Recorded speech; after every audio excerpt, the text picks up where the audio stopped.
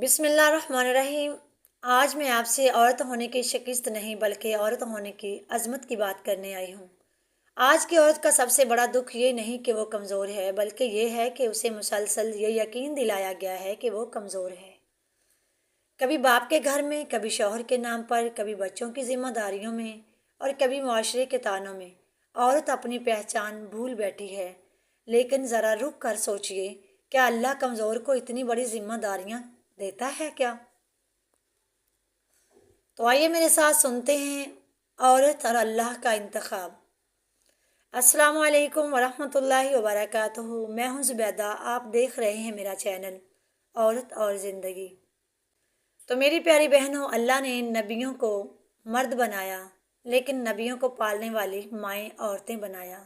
اللہ نے قرآن مرد پر نازل کیا لیکن قرآن کی پہلی حفاظت خدیجہ رضی اللہ تعالیٰ عنہ کے کردار سے شروع ہوئی۔ اللہ نے کربلا میں حق کو زندہ رکھا لیکن یزیدیت کو بے نقاب حضرت زینب نے کیا۔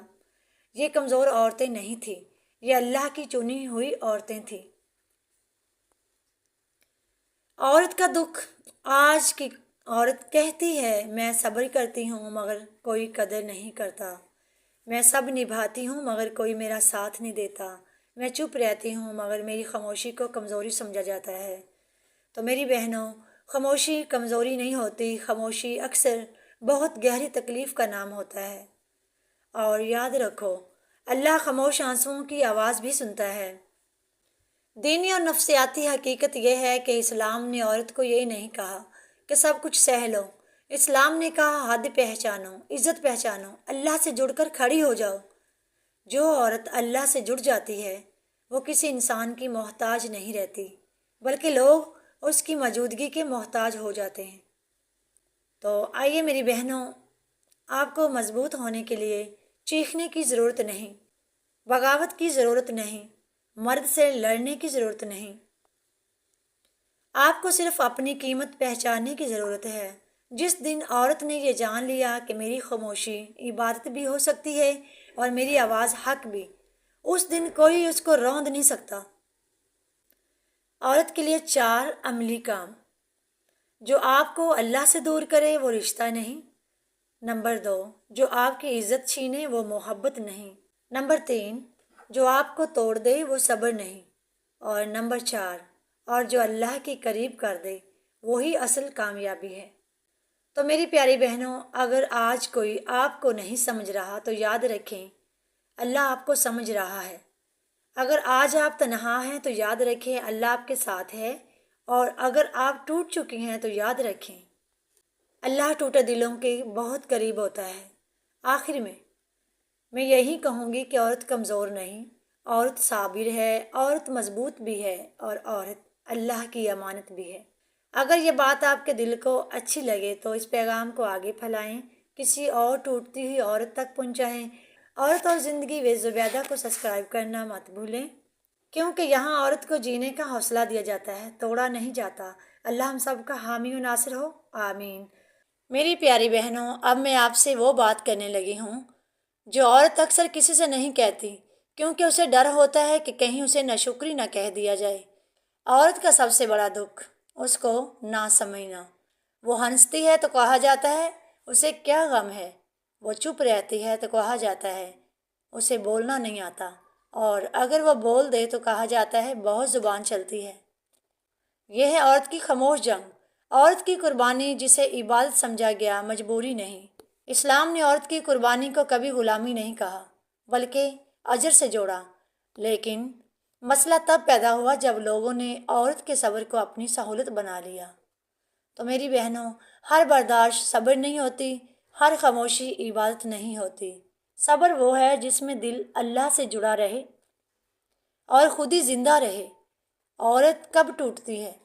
عورت اس دن نہیں ٹوٹتی جب اسے کام لیا جاتا ہے، وہ اس دن ٹوٹتی ہے جب اس کی قدر نہیں کی جاتی، وہ اس دن ٹوٹتی ہے جب سب کچھ دے کر بھی اکیلی رہ جائے۔ شوہر کے ہوتے ہوئے بھی عورت اکیلی ہو سکتی ہے، بچوں کے ہوتے ہوئے بھی عورت خالی ہو سکتی ہے۔ یہ اکیلا پن سب سے خطرناک درد ہے۔ تو میری بہنوں، ذرا حضرت ہاجرہ کو یاد کرو۔ ایک ماں ریگستان میں بچے کے ساتھ تنہا چھوڑ دی گئی، نہ شکوہ، نہ چیخ، نہ سوال، بس ایک جملہ، کیا اللہ کا حکم ہے؟ اور جب جواب ملا ہاں تو وہ عورت دوڑی، صحیح کی، اور اللہ نے قیامت تک کے لیے اس کی دوڑ کو عبادت بنا دیا۔ یہ کمزوری نہیں تھی، یہ خودی تھی، یہ یقین تھا، یہ اللہ پر بھروسہ تھا۔ عورت کی خودی کب مرتی ہے؟ عورت کی خودی اس دن مرنی شروع ہوتی ہے جب اسے بار بار کہا جائے تم کچھ نہیں ہو، تمہارے بغیر سب چل سکتا ہے۔ میری بہنا، اللہ نے کسی فضول ہستی کو زندگی کی ذمہ داریاں نہیں دی۔ اگر تم پر بوجھ ہے تو اس کا مطلب ہے کہ تم مضبوط ہو۔ عورت کو کیا بدلنا ہے؟ عورت کو دنیا سے نہیں، اپنی سوچ سے لڑنا ہے۔ اسے یہ ماننا چھوڑنا ہے کہ ہر ظلم صبر ہے، ہر خوشی نیکی ہے، اور ہر رشتہ مقدس ہے۔ نہیں، رشتہ وہی مقدس ہوتا ہے جو اللہ تک لے جائے۔ اللہ سے اپنا تعلق روز تازہ کرو، اپنی خاموشی کو دعا بناؤ۔ اللہ سے اپنا تعلق روز تازہ کرو، اپنی خاموشی کو دعا بناؤ۔ خوف نہیں، اپنی قدر خود پہچانو اور خود کو حقیر سمجھنا چھوڑ دو۔ جس دن عورت نے اپنے دل میں یہ بات ٹھان لی کہ میرا رب میرے ساتھ ہے، اس دن وہ تنہا نہیں رہتی، چاہے ساری دنیا مخالف ہو۔ تو میری بہنا، اگر آج تم تھک چکی ہو تو اللہ تمہیں آرام دے گا۔ اگر آج تم رو رہی ہو تو اللہ تمہیں سن رہا ہے، اور اگر آج تمہیں لگتا ہے کہ تمہاری کوئی قدر نہیں کرتا تو یاد رکھو، اللہ کے ہاں صبر کرنے والی عورت سب سے قیمتی ہوتی ہے۔ یہ جنگ ختم نہیں ہوئی، یہ ابھی جاری ہے، اور اگلے حصے میں میں آپ کو بتاؤں گی عورت کیسے خود کو جوڑے ٹوٹے بغیر، کیسے جیے دبے بغیر، اور کیسے اللہ کے قریب ہو کر مضبوط بنے۔ اگر آپ چاہتی ہیں کہ یہ سلسلہ جاری رہے تو اس پیغام کو آگے پہنچائیں، اور عورت اور زندگی وز زبیدہ کو ضرور سبسکرائب کریں، کیونکہ یہاں عورت کو برداشت نہیں بلکہ جینے کا ہنر سکھایا جاتا ہے۔ تو میری پیاری بہنوں، اب میں آپ سے ایک بہت نازک بات کرنے جا رہی ہوں، ایسی بات جس پر اکثر عورتیں روتی ہیں لیکن بولتی نہیں۔ وہ ہے شادی۔ شادی میں عورت کا صبر اور اس کی حد۔ شادی عبادت ہے یا قید؟ اسلام نے شادی کو سکون کہا، رحمت کہا، کہیں لباس کہا، لیکن سوال یہ ہے کہ کیا ہر عورت کو شادی میں سکون ملتا ہے؟ نہیں، بالکل نہیں، کیونکہ اسلام نے جو شادی دی ہے وہ عدل پر ہے، اور ہم نے جو شادی بنا لی ہے وہ اکثر طاقت پر کھڑی ہے۔ عورت کہاں پستی چلی جاتی ہے؟ عورت تب پستی ہے جب اسے یہ سکھایا جائے خاموش رہنا ہی اچھا ہے، بس نبھاؤ، اللہ اجر دے گا۔ تو میری پیاری بہنوں، اللہ اجر دیتا ہے لیکن ظلم پر راضی نہیں ہوتا۔ صبر اور ذلت میں بہت باریک فرق ہے۔ شوہر اور عورت میں ایک دینی توازن ہونا چاہیے۔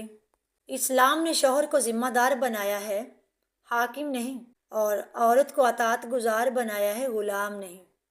اگر عورت کی عزت، جان، نفس، ایمان خطرے میں ہوں تو وہاں خاموشی عبادت نہیں رہتی۔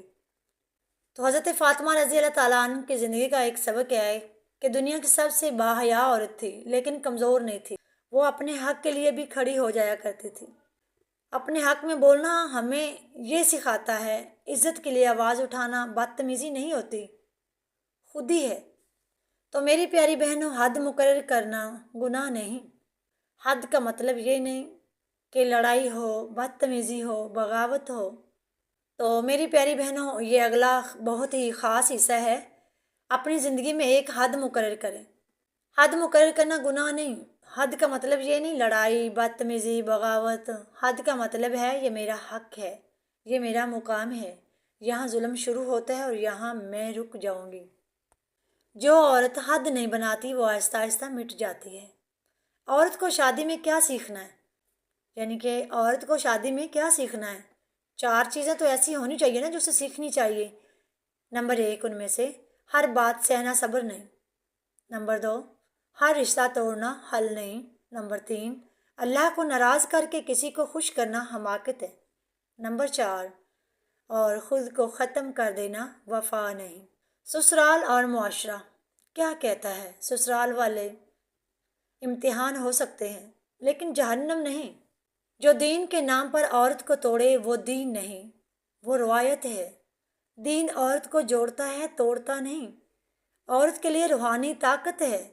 تو میری بہنوں، جس دن تم نے رات کے سناٹے میں اللہ سے کہنا سیکھ لیا کہ یا اللہ مجھے غلط سے بچا اور حق پر کھڑا کر، اس دن اللہ تمہارے لیے راستے کھول دیتا ہے۔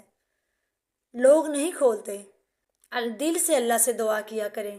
تو میری پیاری بہنوں، تم صبر کرنے آئی ہو، مرنے نہیں، تم نبھانے آئی ہو، مٹنے نہیں۔ اور تم شادی میں آئی ہو، قید ہونے نہیں۔ اللہ نے تمہیں عزت کے لیے بنایا ہے، ذلت کے لیے نہیں۔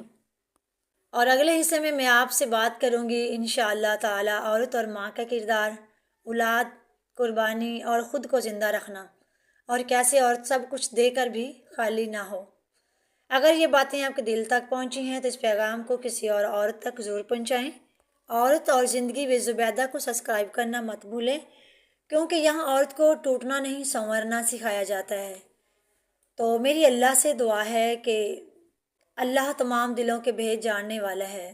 تو آؤ مل کے اللہ سے دعا کرتے ہیں۔ یا اللہ، تو دلوں کے حال جانتا ہے، تو آنکھوں کے آنسو پہچانتا ہے، اور تو خاموش سسکیوں کی زبان بھی سمجھتا ہے۔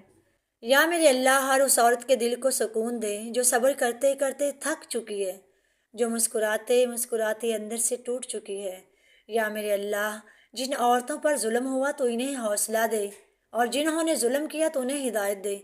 یا میرے اللہ، بس ہمیں ایسا صبر عطا کر جو ہمیں توڑے نہیں، ایسی ہمت عطا فرما جو ہمیں گناہ کی طرف نہ لے جائے۔ یا میرے اللہ، یا میرے پروردگار، ہماری بیٹیوں کی حفاظت فرما، ہماری ماؤں کو عزت عطا فرما، اور ہماری بہنوں کے دلوں کو روشن کر دے۔ یا میرے اللہ، جو عورت تنہا ہے تو اس کا ساتھی بن جا، جو مایوس ہے اس کی امید بن جا، اور جو ٹوٹ چکی ہے تو اسے اپنے قریب سے جوڑ دے۔ یا میرے اللہ، ہمیں اپنی رضا والا راستہ دکھا اور اس راستے پر ثابت قدم رکھ۔ یا میرے رب، ہم سب کو ایسی زندگی عطا فرما جس میں تیری خوشنودی ہو، اور ایسی موت عطا فرما جس میں تیرا دیدار ہو۔ آمین یا رب العالمین۔ جزاکم اللہ واسن جزا فی الدارین۔